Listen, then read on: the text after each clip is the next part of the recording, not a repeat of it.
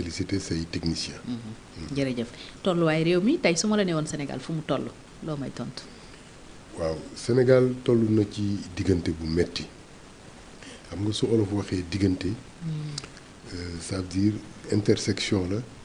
ba nga xamante ne daanaka xamuñu résultat ban moo fay jógee diggante boobu nag tey ci Sénégal dafa nekk kàmb gu xóot bu ñu tàbbi ndax ñaar moo am da ngay nekk au sommet de la montagne wala nga nekk au fond du gouffre aujourd'hui nous sommes au fond du gouffre neexul wax neexul sax dégg wante c'est la vérité Aimé Césaire daf ko wax ci téeram ba mu ne askan su nekkee ci biir kàmb gi dafa war takk ndigam laxasaayu xam ne effort bu rëy la war def pour génn ci soo ko nattee ci lu Ablaye Wade waxoon ci monument de la Renaissance mu ne c'est un homme qui sort des entrailles du volcan xëy na lu ñu ko mën a contredire mooy nit ki génn ci entrailles volcan boobu dafa taaru lool alors que ki génn au fond de la fosse am na ay stigmates yu nekk ci yow stigmates yooyu nag lu ñu war a nangu la mu nekk ay góom nekk ay dagg-dagg nekk ay jafe-jafe mais nekk ay leçons yu lay permettre nga affronter l'avenir metti na mais les peuples les humains individuellement ont parfois besoin de passer par des étapes pareilles pour mën a xam ne li ñuy téye woon ay nitu ko liggéey te ñoom dañu war góorgóorlu pour conserver ko yàlla na yàlla jàppale ñu ba ñu génn ci indemne mu nekk de leçon pour les générations actuelles et les générations à venir des leçons qu'on va ancrer dans notre conscience mu bañ ci dañ mukk pour ñu mën a dem parce que su dee da ngay avancer di reculer def 10 pas en avant 5 pas en arrière 15 pas en avant 15 pas en arrière loolu la ñuy wax taggatémbe tu piétines demoo dikko et suñu xoolee ba ci biir sax tu recules tey nattal qui n'avance pas recule. sénégalais yi ci seen jëmm nga natta leen ci seen xol nga natta leen ci seen xel nga natta leen ci seen xalaat tu as l'impression que lépp dafa reculer ñëpp feebar xel yi des na xol yi fënax na jëmm yi ñu ngi màbb donc li ñu war tabax bëri na et il nous faut que ñu concentré wu ci mu gën a gaawee nag. nous sommes au fond du gouffre lan moo ñu ci dugal. suñu sàggante benn ay mbir yi nga xamante ne dajaloo na ci suñu parcours nekk ay gàllankoor yi nga xamante ne sóoruñu ko parce que dañu yar ci tayal dañu yar ci laisser aller dañu yar ci bàyyeeku foog ne li nga téye nga ko dootul rëcc. nekk ci suñu zone de confort. comme on dit. Merci beaucoup et donc loolu très tôt amoon na ay signes depuis notre indépendance yu doon wone ne am na yu ñu war rectifier la confrontation bi amoon entre Senghor ak Mamadou Dia déjà ay indicateurs la woon ki naka la ñu war taxawee yan effort la ñu war def pour am compromis ku nekk am lu mu bàyyi kële am lu mu téye ki am lu mu bàyyi ba ñu déggoo on l'a pas fait mu am benn choc bu am avant loolu déjà dans la fédération du Mali entre Senghor et Modibo Keïta suñu nekkoon ci fédération bi téye ko ba tey fan la ñuy toll suñu mënoon déggoo ci loola fédération bi màbb le couple Senghor Mamadou Dia ñëw taxaw am lu ñu samp couple bi màgg Senghor dem ba benn instant mu xam ne mënatul dem mu yebbi ko et cetera xoola parcours boobu yëpp booba Abdou Diouf di yuuxu booba Ablaye Wade ñëwee moom aussi am na lu mu liggéey wante am na ci héritage bi yu mu bàyyi et cetera donc soo xoolee parcours boobu yëpp da nga naan fii ñu ak ci tey c'est normal négligence la parce que defar nit éducation bi am na lu ñu négligé Senghor am na ay principes ay valeurs yu mu tegoon gëm ko wante yëpp dafa fënax màbb on n'a pas capitalisé expérience yi nga xamante ne am nañ ko ci foofu yëpp donc màbb bii ñu màbb tey tu dis c'est un résultat c'est le résultat de nos comportements depuis les indépendances ba tey il est temps pour ce peuple pour cette république mu taxaw def le bilan. Pas seulement l'humain parce que l'humain mooy fondement bi nit wax nañ ko mooy xalifatullahi fil ardi mu am nu mu war mel mu am nu ñu ko war a defaree parce que xalifa boobu ñu tuddee la c'est pas un acquis c'est pas que dañ la fee sol la non non c'est une posture boo war tabax ci yow c'est une posture boo war cultiver ci yow ba yow en tant que individu nga doon xalifa googu mën ko mate mais askan bi mboole seen nekk xalifa googu mën ko mate mais su dee am na sur 18 millions de Sénégalais quelques centaines de mille yu am posture boobu mu am ay millions yu taxaw te amuñu posture bi tu vois il faut que ñu atteindre benn seuil critique ba nga xamante ne ñi taxaway boobu ñooy ëpp ci la ñuy maintenant def suñu montée vers le sommet mais tey jii mën nañu critiquer Abdou Diouf mën nañu critiquer sax Ablaye Wade mën nañu critiquer Macky Sall mais fi Sénégal tollu tey ak ñi yor Sénégal tey soo leen comparé ak Macky Sall tu vois le gouffre soo defee recul boobu nga dem ba ci Ablaye Wade tu vois le gouffre xool suñu assemblée nationale bi tey sooy xool suñu député yi xamuñu sax lan mooy assemblée xamuñu sax lan mooy député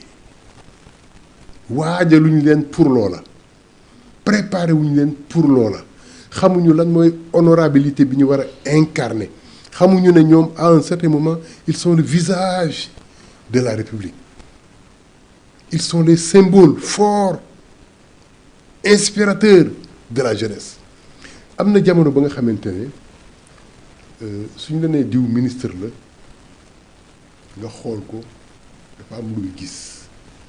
loolu ngay gis donc kuy nekk day nekk un idéal mu óor la ne yow nit ki nga war a doon du ñu doon ay nit yu matan mais par rapport soo defee comparer leen ak ñi tey ñooñu dañuy mel ni c'était des anges parce que tey mbir yi dafa daanu dafa màbb nga xool quelqu'un qu'on appelle le maire de la ville de Dakar nga comparer ko ak Mamadou Diop xamante ne loo ko contre soo ko xoolee kontaan mu am un jeune qui insulte des foules des hommes et des femmes saaga bu ñaaw ba nga xamante ne sa nopp sax ku la ko déglu loo nga mere ko justice oo xale booba pour xamal ko ne li nga wax waroo ko wax parce que amoo droit saaga ki ñu ne yow yaay maire capitale bi nga dem ne da ngay jàppale xale booba ca loola fekk fa journaliste yi ñu tendre le micro bi nga ne pour man deful dara nga xool kooku ne moom mooy maire de la ville de Dakar dans son discours dans son comportement de tous les jours ci taxawaayam sax ba ci ni mu sàgganee jëmmam la posture elle est importante une république c'est déjà un cérémonial mën nga sol ay sagar nit xool la ne la jërëjëf sagar yi wàññiwul dara ci sa daraja parce que toogin baa nga fa xoolin baa nga fa doxin baa nga fa yar baa nga fa teggin baa nga fa mais arrogance dafay yàq jëmm suffisance dafay yàq jëmm nekk un parvenu ñu jox la benn teraanga nga foog ne texe nga ñi amul teraanga bi wala ñi ngi ko jëlee ci ñoom yaa leen gën dafay yàq lu bëri ci yow et day wane ne matoo ko day wane ne mérité woo ko et loolu yëpp c'est des signes qui montrent la déchéance même de l'homme sénégalais et de la République nga dem assemblée loolu nga fay fekk député bu taxaw jàkkaarloo président assemblée bi amoo looy teg lu dul saaga sa morom ñëw ci télévision yi di xaabaabal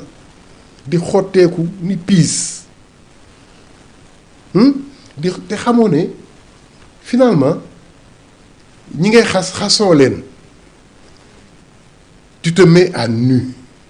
yaay wane sa bopp. dëgg yaa ngi dunnaaral yaa ngi summi sa yére sànni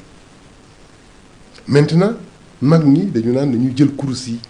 te ñaan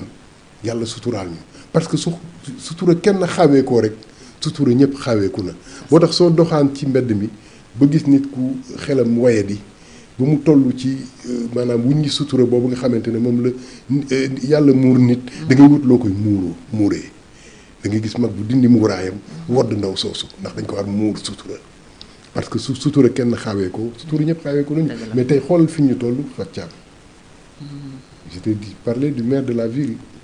je t'ai parlé de l'Assemblée mais demal feneen ak feneen. Et on a peur pour ce pays, on a peur pour ce que nous sommes en train de devenir. Et su yàggee dina dem ba martal bi askan bi yëpp ñooy màbb. wàcc martal bi nag. et su boobaa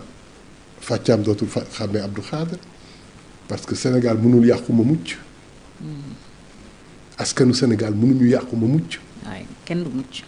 kenn du mucc. et su boobaa génération bii ñëw ultérieurement nag ñooy naan voici la génération qui nous a fait quitter la montagne. Voici la génération qui nous a jetés dans le gouffre par leur paresse, par leur négligence. Et instant boobu muy Sonko muy Diomaye muy Abdou Khadre ñun ñëpp kersa la ñuy am parce que su yàlla di juger askan lay juger suy juger aussi génération lay juger. Donc il est temps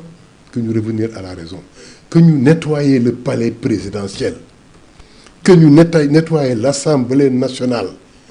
que ñu nettoyer les institutions de la République. nettoyer mooy cette canaille et cette racaille bi nga xamante ne ñoom ñoo récupérer Sénégal nangu ko foqati ko ci loxo nit ñi ñu delloo ko fa mu war ne. kon réew mi nekkul ci ay loxo yu wóor.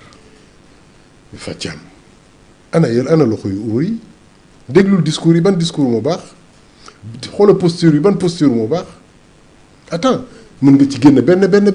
mais soo ko jëlee dans sa globalité nous sommes tombés dans le piège des acteurs politiques et politique mën na la yóbbu fu ne dañu ne n'importe quel Sénégalais peut être président n'importe qui parmi les Sénégalais peut être député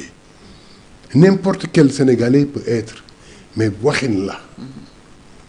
dafa am lu ñuy xool. te parler de l'égalité des chances. merci beaucoup mais su ñu nee Fathiam dañ koy tànn dafa am ay valeurs ak ay qualité yu ñuy xool ci Fathiam mais tey xoolatuñu yooyu yëpp dañuy xool sa efficacité politique et suñu lay tànn pour nga dem assemblée nationale xooluñu sa yar xooluñu sa teggin xooluñu ce que tu as fait dans ta vie. La démocratie dafa ne ñëpp a yem c'est la vérité c'est le moins mal des systèmes politiques mais en vérité ñëpp yemuñu ku nekk benn voix nga am ku nekk benn voix nga am mais citoyens yi yemuñu ki yar doomam def ci moom ay jikko defar ko ba mu moytu lu mu war moytu mel na mu war mel jàng la mu war jàng taxaw fa mu war taxaw